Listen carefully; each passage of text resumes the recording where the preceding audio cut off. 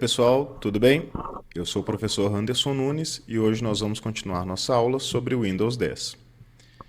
Na última aula, a gente viu algumas características centrais do Windows, como ele organiza suas pastas e arquivos, e os principais componentes gráficos do sistema e das janelas de programas.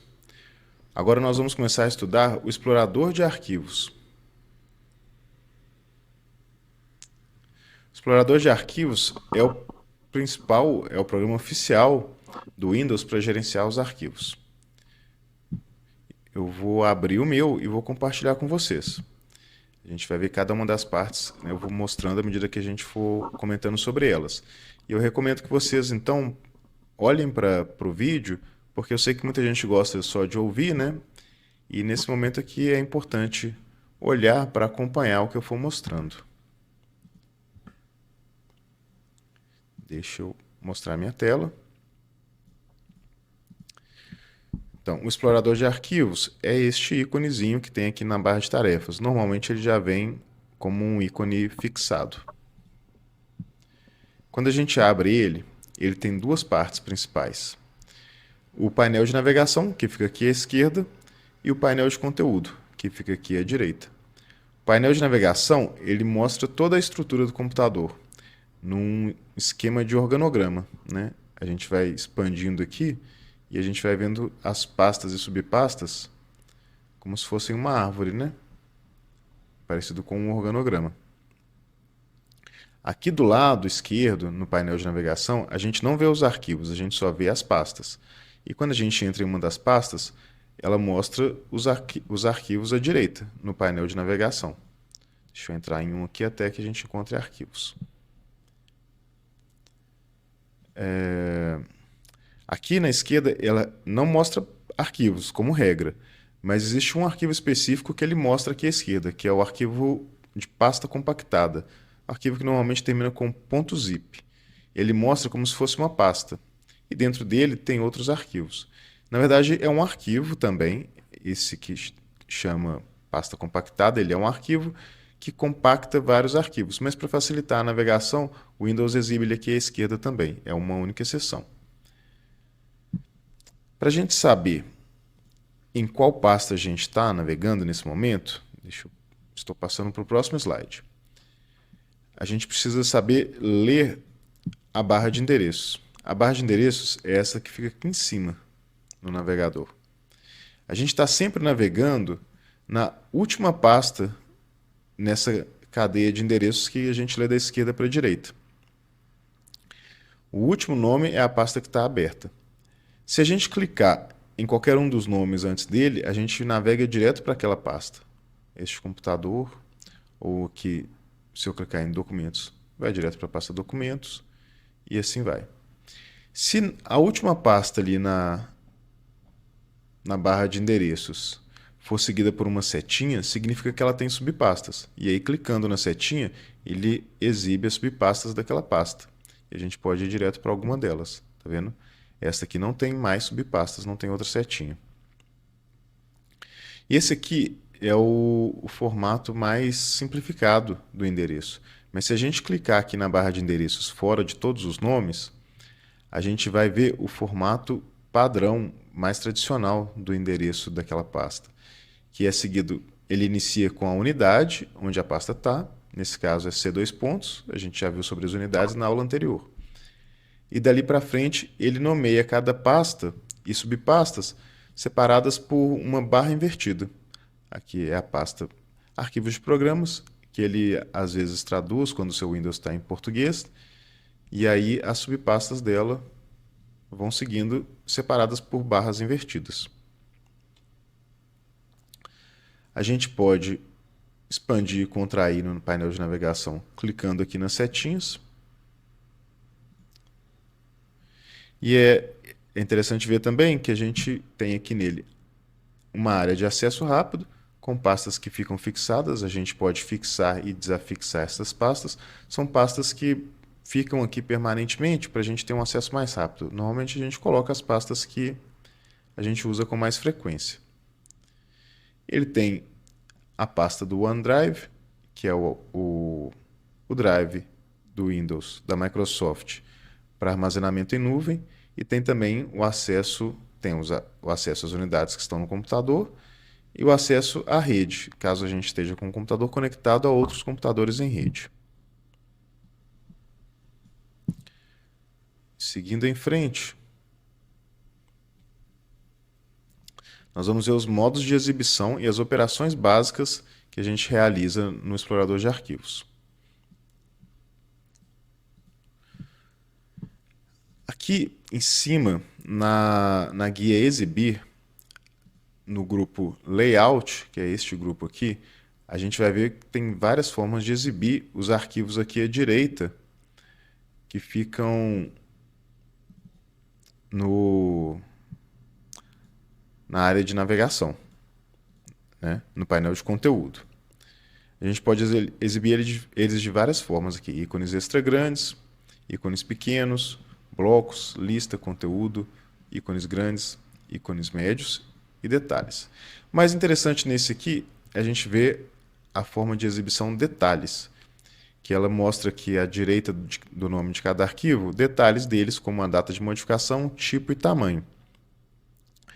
Quando a gente clica em uma dessas características, nome, data, tipo ou tamanho, ele ordena a lista por ordem crescente ou decrescente. Quando a gente clica a primeira vez, cada vez que a gente clicar, ele vai alternar entre essas duas opções, crescente ou decrescente. Então, quando eu clico em nome, ele ordena por ordem alfabética. Se eu clicar novamente, por ordem alfabética invertida.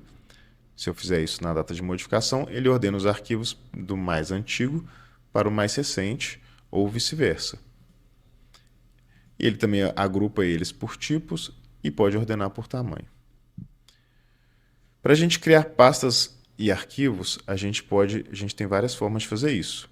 Lembrando aqui ainda sobre as formas de exibição, aqui embaixo, no cantinho à direita, tem dois atalhos para usar miniaturas, que é a mesma coisa de ícones grandes, e para exibir os arquivos com os detalhes. Esses dois atalhos são interessantes de saber. Para criar pastas e subpastas, a gente tem várias formas. Uma delas é clicar com o botão direito, fora de qualquer arquivo, vir em novo e criar pasta. Ele criou uma nova pasta, a gente pode dar o nome que a gente quiser. Nesse momento, ele vai permitir que a gente digite. Pasta criada. Existem outras formas, como vir aqui em cima, na aba Início, na parte aqui onde tem Novo, a gente pode clicar em Nova Pasta e criar uma nova pasta da mesma forma que a gente fez anteriormente. Também a gente pode criar novos arquivos, assim, tanto com o botão direito, Novo, e escolher o tipo de arquivo, quanto aqui em cima, Novo item, e escolher o tipo de arquivo a ser criado. Para renomear, existem também atalhos e várias formas, mas a forma mais usada é clicar uma vez no nome. Depois que a pasta está selecionada, você clica apenas uma vez em cima do nome da pasta e ele te permite colocar outros nomes. Lembrando que a gente nunca pode ter duas pastas ou dois arquivos com o mesmo nome na mesma pasta. Outra forma é aqui em cima também, tem o ícone renomear. Clicando nele, ele permite que a gente altere o nome. E tem um atalho F2 no teclado. Se você apertar a tecla F2, ele também te permite renomear a pasta. Uma outra dica interessante, que é bom a gente saber aqui, é que se a gente selecionar várias pastas ou vários arquivos ao mesmo tempo e tentar renomeá-los, ele vai renomear... Temos três pastas agora. Se eu seleciono as três e tento renomear, ele vai parecer que eu estou renomeando só uma. Mas quando eu renomear ela, nomeando várias,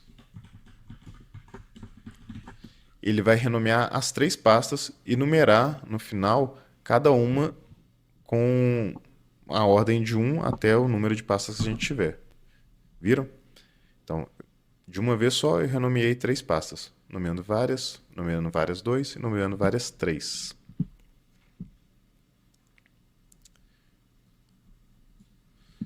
Vou ter que ir alternando, né, entre os slides e a minha tela do explorador de arquivos. Próximo slide, sobre como a gente exclui arquivos e sobre a lixeira.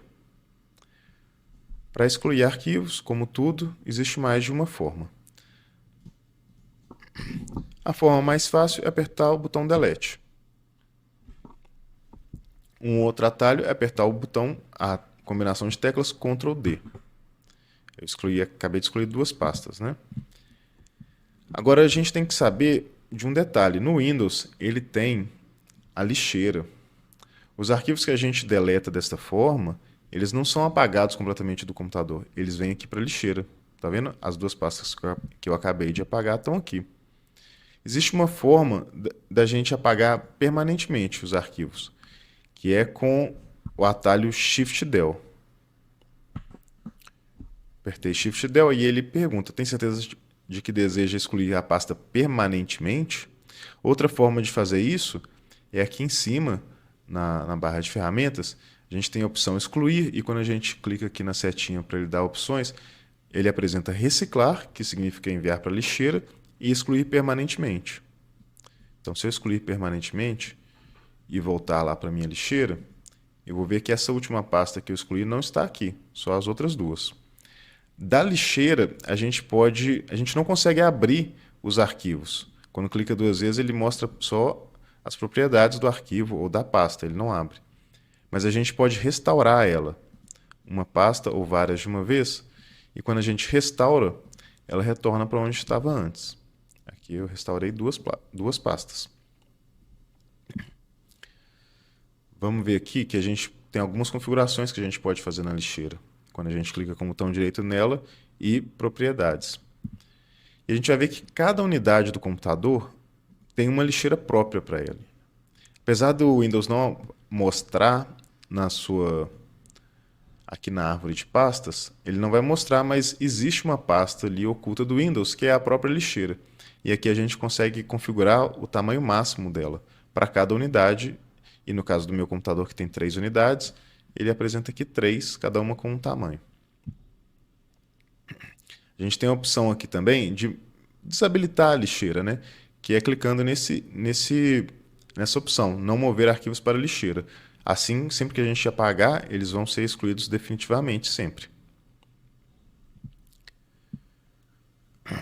Na lixeira também, se a gente clica com o botão direito, existe a opção esvaziar lixeira, que esvazia tudo que tem ali nela.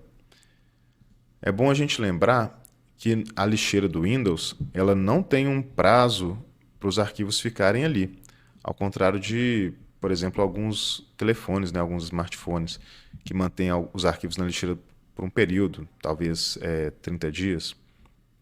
Na lixeira do Windows, o arquivo fica ali indefinidamente, enquanto a gente não mandar apagar ele. E outra coisa interessante é a gente entender como que funciona essa questão de excluir arquivos no Windows. Quando a gente exclui e ele vai para a lixeira, ele continua sendo um arquivo normal. Ele continua existindo em uma pasta, que é a lixeira, e apesar de ser oculta para a gente, ele está lá na nossa unidade de armazenamento normalmente.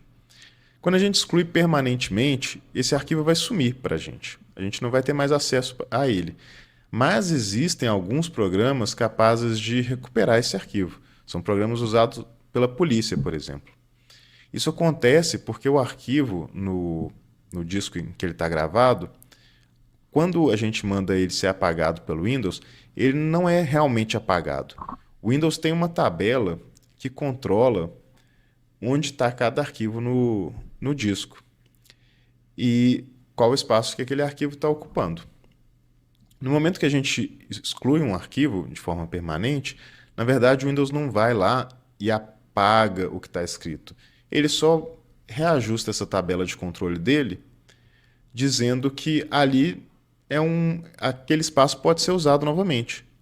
Então o arquivo continua gravado lá. Ele só vai sumir quando um outro arquivo sobrescrevê-lo, entendeu? Entenderam? É como se a gente tivesse um campo de plantação. Na hora que a gente exclui o arquivo é a nossa plantação. O Windows não vai lá e derruba tudo que foi plantado. Ele só anota, né, na tabela de controle dele que aquele campo está livre para uma nova plantação. Então, quando a gente for plantar algo novamente, ele vai fazer onde estava o antigo. E aí vai sobrescrever e não vai ter mais como recuperar. Mas até então, apesar dele não apresentar aquilo ali mais para a gente como um arquivo normal e acessível, o arquivo ainda está gravado na unidade de disco. Alguns programas podem recuperá-lo. Existem também programas que fazem o trabalho de apagar de forma permanente os arquivos. São programas que vão lá e fazem mais ou menos, né, no meu exemplo de um campo de plantação, e destroem tudo que foi plantado, né? Eles colocam dados aleatórios naquela parte onde o arquivo existia anteriormente. Outro detalhe legal da gente saber sobre a lixeira é que a lixeira só existe para as unidades de disco fixas do computador, né? No meu caso aqui eu tenho um SSD, um HD e um outro SSD M2. Se eu inserir um pendrive ou alguma unidade dessas que é móvel, né? Que não é fixa ali, elas não têm lixeira. Então, se eu apago um arquivo de pendrive, ele é sempre excluído permanentemente. Seja muito bem-vindo ao Compol. Meu nome é Saulo Pasco e em poucos minutos eu vou te mostrar a plataforma mais completa que tem no mercado para quem está se preparando para os concursos das carreiras policiais. Bom, para começo de conversa, nada melhor do que apresentar a nossa equipe. Ela é composta por concurseiros de elite, que têm entre 15 e 30 anos de experiência fazendo concursos. Esses mentores, eles vão te passar a experiência deles individualmente. A nossa mentoria, ela é individual e personalizada. Ou seja, não vem com essa de mentoria em grupo, que é uma videochamada, uma pessoa falando e 30 pessoas ouvindo. Não. Nossos mentores, eles vão te acompanhar individualmente, vendo o teu desempenho, a tua evolução, como tu está indo nos simulados, te passando feedbacks, entregando um PDF completíssimo com os teus gráficos. Tudo isso eu vou mostrar com mais detalhes. Mas repito, a gente só trabalha com pessoas de excelência. Policiais federais, delegados, auditores fiscais. Então é o pessoal que sabe o que está falando. E já estudaram há muito tempo, já cometeram erros e vão impedir que tu cometa os mesmos erros. Esse é o grande objetivo do nosso programa, é ser um atalho para a tua aprovação. Tá? Nossos alunos, ao entrar na plataforma, eles já caem direto no painel, onde tem acesso à sala de aula, que é onde a gente faz as revisões, focadas geralmente na banca, com dicas de redação, uma série de coisas. E tem também o painel com os eventos. Então, quando tiver revisão vai aparecer aqui, quando tiver simulado aparece aqui, e por aí vai. Eventos como reta final, que a gente passa dicas de controle emocional, a nossa psicóloga entra em campo também para acalmar os alunos, para passar várias técnicas de controle emocional durante a prova. Tá? Tem aqui o calendário, onde eles podem ver quais são os próximos eventos. Primeiros passos é por onde todo aluno começa. Tá? É uma série, é uma bateria de perguntas, de questões de concurso antigas. Tem um tour pela plataforma que vocês vão conhecer cada um dos recursos. Por exemplo, aqui vocês podem acessar uma versão web do aplicativo. Em outras palavras, aqui vocês podem registrar o tempo de estudo de vocês, quantas questões acertaram, tudo diretamente aqui. Temos também um tutor de inteligência artificial que ajuda vocês. Eu estou com dificuldade de entender essa fórmula, essa lei, me ajuda criando um mnemônico, uma associação. Ele vai te ajudar. Perfeito? Bom, aqui tu vai preencher também alguns questionários para a psicóloga te conhecer melhor, para o teu mentor te conhecer melhor, para que eles façam o melhor planejamento de estudos para ti. Repito, individual, personalizado. Cada aluno recebe o seu. E é feito o teste de nivelamento, como eu falei, em seguida o mentor vai saber quais são os teus pontos fortes, teus pontos fracos. Vocês também vão ter acesso a uma série de tutoriais que vão te ensinar o beabá do concurso, o que são horas líquidas, como é que se registra o tempo de estudo, como se manter motivado e muito mais. Perfeito? Fórum, entre outros. Bom, depois que passar pelo primeiro feedback, ou seja, uma videochamada com o teu mentor, tu vai ser inscrito em um curso focado no teu concurso. Então, por exemplo, aqui, Polícia Penal do Rio Grande do Sul, cargo de policial penal. Quem tiver inscrito nesse curso vai ter acesso a muitas ferramentas muito tecnológicas. Então, para começar, falar das nossas apostilas, que são diferentes de tudo que tem no mercado. Essa aqui é uma apostila de amostra. Então, ela tem uma capa para impressão, para vocês economizarem tinta. Tem o que a gente chama de método soma. São perguntas que os alunos respondem antes de ler todo o capítulo, porque daí eles já sabem o que é importante, o que eles têm que focar. No final do capítulo, eles vão refazer essas mesmas perguntas e vão ver quanto eles acertaram a mais. Ou seja, vão saber quanto por cento eles absorveram daquele conteúdo. Se for baixa absorção, eles podem revisar esse capítulo porque não foi bom. Não estavam prestando atenção, estavam cansados, enfim. As apostilas, elas são bem completas, elas são esquematizadas, elas têm a explicação detalhada do que é cada coisa dela. E, no final, tem questões comentadas, um resumo esquematizado. Então, esse resumo é muito bom para a véspera de prova, para saberem também o que a gente considera mais importante. Ele vai repassar os tópicos principais da tua apostila. Isso aqui ajuda muito os concurseiros, especialmente quem está com pouco tempo. Olha a qualidade desses resumos. Voltando aqui, videoaulas, revisões e podcasts. Para terem uma ideia, a gente converte todo o conteúdo em um podcast que vocês podem conversar, podem ver nossos policiais conversando. Por exemplo aqui, Maria da Penha. Mostrando para vocês de exemplo, né? Bom, além dos vídeos, temos banco de questão com questões de certo e errado e questões de múltipla escolha. Mas não é qualquer banco. O nosso banco de questões, ele tem o que a gente chama de caderno das erradas. Então, por exemplo, tu resolveu 100 questões de direito administrativo. Se tu errar 20, depois tu pode fazer o caderno só com as 20 que tu errou. E aí tu faz de novo, errou 5. Tu faz de novo o caderno só com essas 5.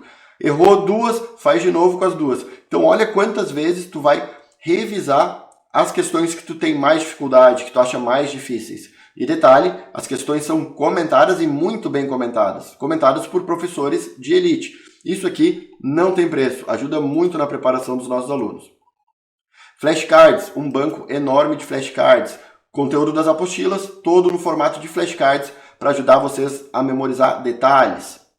Simulados. Nossos simulados são feitos no mesmo molde da tua prova. Então, se a tua prova tem 5 questões de português, o simulado vai ter 5. 7 de direito, legislação processual penal, informática. O mesmo número de questões da tua prova vai estar no simulado. Perfeito? Por que isso é importante? É importante porque aí tu pode cronometrar, tu pode criar uma estratégia de prova, tu vai se adaptar ao tempo e se preparar para administrar bem no dia da prova. Quanto mais simulados tu fizer, mais adaptado tu vai estar a resolver uma bateria enorme de questões, porque é cansativo. Então a gente libera o simulado no mesmo dia e horário que vai ser tua prova, para te já acostumar a mente e o corpo. E depois tu vai fazer um estudo do gabarito, porque a gente vai te entregar todas as questões com comentários. Saulo, é só isso? Não. Por quê? Tu também pode fazer recursos das questões que tu discordar do gabarito, exatamente como vai ser na tua prova. Tu vai estar treinando já como se fosse fazer a prova. E a nossa equipe vai avaliar cada uma das tuas questões, cada um dos teus recursos. E vai te dizer se foi indeferido, se anulamos ou mudamos o gabarito. Tá? Depois de fazer essa análise, nos concursos que tem redação, o nosso professor de português ele vai corrigir a tua redação, vai mandar um áudio te dando dicas e dizendo por que tu perdeu ponto, e uma nota. Somando as notas da prova objetiva e da discursiva, tu vai aparecer no ranking. As tuas iniciais vão aparecer no ranking aqui do site, né? RS é o primeiro nome é um R e o segundo é um S. Pode ser Renato Silva, por exemplo. Então, tem uma certa proteção da identidade dos alunos. Tu sabe quantos alunos fizeram, qual foi a média. E como tu foi na objetiva, como tu foi na discursiva, como tu foi em cada uma das matérias em relação aos teus concorrentes direto. Isso aqui vale ouro, pessoal. Isso aqui ajuda muito os mentores a direcionar a tua preparação. Tá? Aqui é o campo onde os alunos fazem os recursos. Tem um fórum. Tem um curso te orientando e te acalmando, né, para passar na avaliação psicológica e para passar no teste de aptidão física, o famoso TAF. Aqui os nossos instrutores. Bom, é só isso, Saulo? Não, pessoal. Logo depois que tu começa a estudar, tu continua recebendo feedbacks dos nossos mentores. Os feedbacks, eles são feitos pelo WhatsApp e também é enviado um PDF. Nesse PDF, tu vai ter acesso ao teu desempenho detalhadamente. Então, por exemplo, nesse aluno aqui, olha só, o aluno começou com 78% e foi aumentando a porcentagem dele ao longo do tempo, até fevereiro, né? Aí esse aluno, no caso, ele foi aprovado no concurso, deu uma relaxadinha aqui, pode ver que caiu um pouco, mas o que é interessante aqui? O aluno, cada vez que, conforme ele vai evoluindo, vai entrando mais matérias, mais questões novas, então vai ficando mais desafiador. Um aluno que mantém o mesmo nível, significa que ele com certeza está evoluindo. E o que ainda consegue aumentar, melhor ainda, porque lembra que eu falei, vocês vão repetindo as questões, os cadernos de questões, e com isso vão melhorando a nota de vocês. Mas como está sempre entrando questão nova, é um desafio manter. Mas é muito interessante ver essa evolução. Além disso, vocês também recebem detalhadamente a tua média, como tu está em relação a todos os alunos do nosso grupo educacional, o que inclui outras áreas de concurso, não somente a área policial. Vocês vão saber como vocês estão em relação aos concorrentes diretos também, tá? O que estão acima da média, abaixo da média. Isso dá um norte bem interessante. Quantos flashcards resolveram, como é que está o tempo de estudo, por tipo de estudo, se tu está fazendo questões, flashcards, vendo videoaula, estudando apostila, tá tudo aqui. E olha que interessante, desempenho em simulados. Ou seja, vocês vão ver como está a nota de vocês ao longo dos simulados. Olha esse aluno aqui, cada simulado ele está aumentando, isso é muito importante. E a média da turma, ó, sobe e desce, mas está também aumentando. Então esse simulado aqui foi mais difícil, porque baixou. E o aluno se manteve firme, tá? Aqui o aluno pode ver por disciplina, como é que ele está indo, por simulado e por aí vai. Como eu disse, cada uma das matérias do ciclo do aluno vai aparecer em verde quando estiver acima da média, em vermelho quando estiver abaixo da média dos concorrentes direto e dos concorrentes gerais, ou seja, de todos os nossos alunos. Em amarelo é o que está entre a média geral dos alunos e a média dos concorrentes direto. O que é concorrente direto? Quem vai fazer a mesma prova que tu. Então olha que informação bacana que os nossos alunos têm, tá? Entre outros gráficos, meta, a gente vê se está batendo a meta, se está abaixo da meta, se não está. E no fim, as orientações do mentor. Tudo isso também vocês recebem num aplicativo. O aplicativo tem todo o planejamento de vocês, que matéria estudar, quantas horas estudar cada matéria. Tu vai fazer questões, tu vai lançar lá, tudo isso vai alimentar esse banco de dados. Então, tanto tu quanto o mentor vão ter acesso a informações importantíssimas para direcionar o teu estudo, tá bem? Então, com base nisso, eu posso afirmar, a gente tem um programa preparatório com mentoria 360. Em outras palavras, a gente entrega tudo ao teu redor. O que tu tem que fazer? Estudar, que é a única coisa que a gente não pode fazer por ti, tá certo? Aguardo vocês. Agora a gente vai ver sobre copiar e mover arquivos. Deixa eu voltar aqui para o explorador de arquivos. Quando a gente quer... É engraçado porque à medida que eu navego aqui pelo meu computador, vocês veem que eu tenho um monte de jogos instalados, né? Quando a gente quer mover arquivos, a forma mais fácil é a gente arrastar. Eu posso clicar nesse arquivo, mantenho o botão do mouse clicado e arrasto ele até a pasta de destino. Apareceu ali escrito, ó, mover para, e é o nome da pasta. Quando eu soltar, ele é movido para ali, para aquela pasta. A gente tem que entender que existe uma diferença entre mover e copiar. Quando eu tirei esse arquivo de onde ele estava e movi para a pasta nomeando várias, é minha pasta exemplo. Eu vou renomeá-la para exemplo. Quando eu movi o arquivo para a pasta exemplo, ele saiu de onde estava e veio para cá.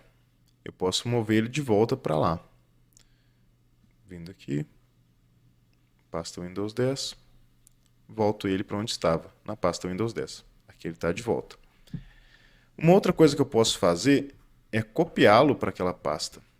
Eu posso pegar e copiar ele para esta pasta, e agora eu tenho ele na pasta exemplo e na pasta original.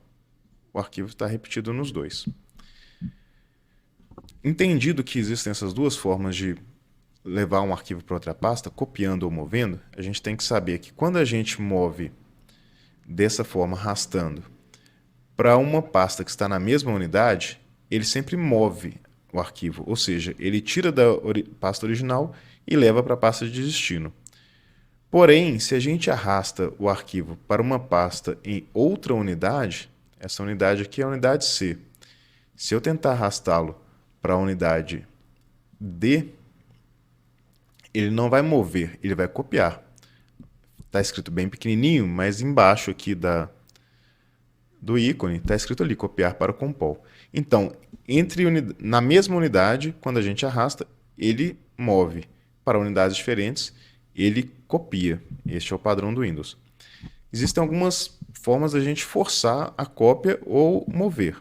Se você mover o ícone segurando o Ctrl, a tecla Ctrl no teclado, ele vai sempre copiar, independente de ser outra unidade ou a mesma unidade.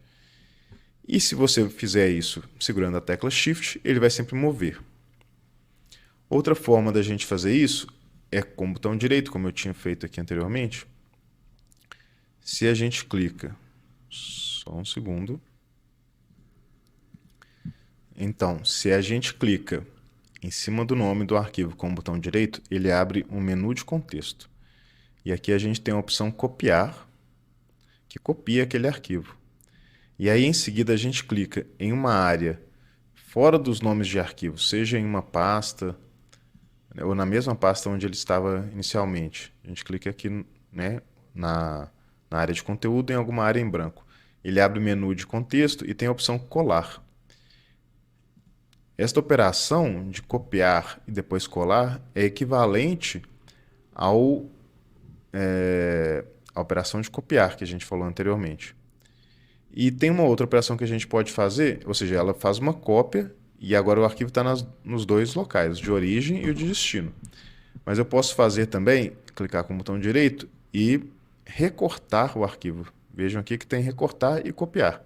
Se eu recortar e em seguida colar em outra pasta, ele vai sumir da pasta original. Recortei lá e colei aqui. Ele sumiu da pasta original. Essa operação de copiar e colar a gente pode fazer também por atalhos no teclado. Ctrl mais C copia, Ctrl mais X recorta. E depois de copiar ou recortar, a gente pode colar com Ctrl V. Sempre termina com colar o arquivo. Agora, passando para o próximo, a gente vai ver como selecionar múltiplos ícones ao mesmo tempo. Esse é o nosso próximo slide. Vamos lá. A primeira forma da gente fazer isso é clicando e arrastando. Eu posso clicar aqui fora do nome de qualquer ícone e arrastar. A gente vai criando um quadro de seleção, que seleciona vários arquivos ao mesmo tempo. Com esses arquivos que eu selecionei, eu posso clicar e arrastar todos para uma mesma pasta ou fazer todas aquelas operações que a gente viu, de copiar, recortar e colar. Outra forma de selecionar é manter a tecla Ctrl apertada e clicar de um por um. Estou selecionando os arquivos. Vejam que eles vão ficando marcados de azul, né? Ressaltados. É interessante que com a tecla Ctrl eu posso clicar nos arquivos que eu quiser. Eles não precisam ser contínuos. Está vendo que eu saltei 2 e fui direto para a pasta exemplo. Uma forma que a gente tem também de fazer isso, mas sempre com arquivos contínuos, é a tecla Shift. Se eu mantenho a tecla Shift apertada, eu posso clicar no próximo e ele vai selecionando. Mas se eu clicar em um arquivo lá na frente, ele seleciona todos que estão no caminho. Então, basicamente, a gente seleciona o primeiro e o último.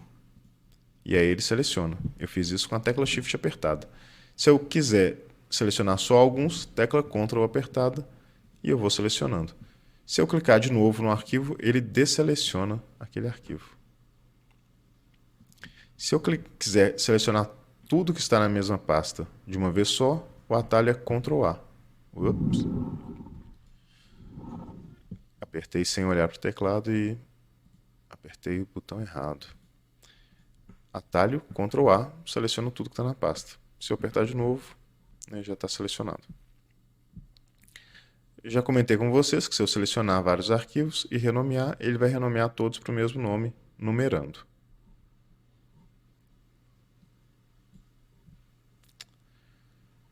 Seguindo agora, nós vamos ver sobre as ferramentas de unidade que a gente usa para editar as unidades de armazenamento do Windows.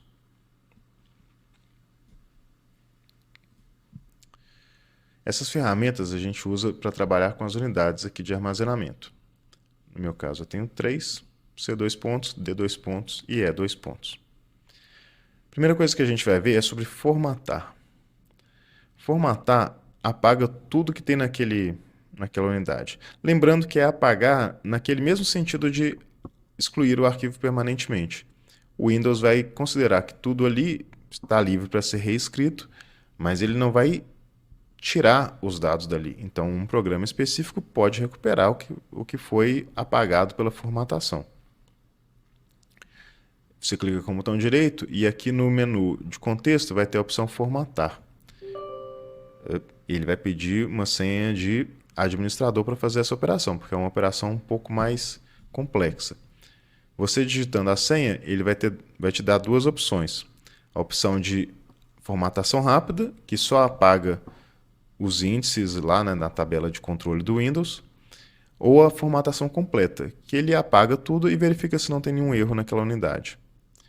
Lembrando que o Windows não permite formatar a unidade onde ele está instalado. A unidade onde ele está instalado tem um íconezinho aqui que parece o Windows. Vocês estão vendo? São 3 unidades e nessa aqui tem uma janelinha azul, C2 pontos.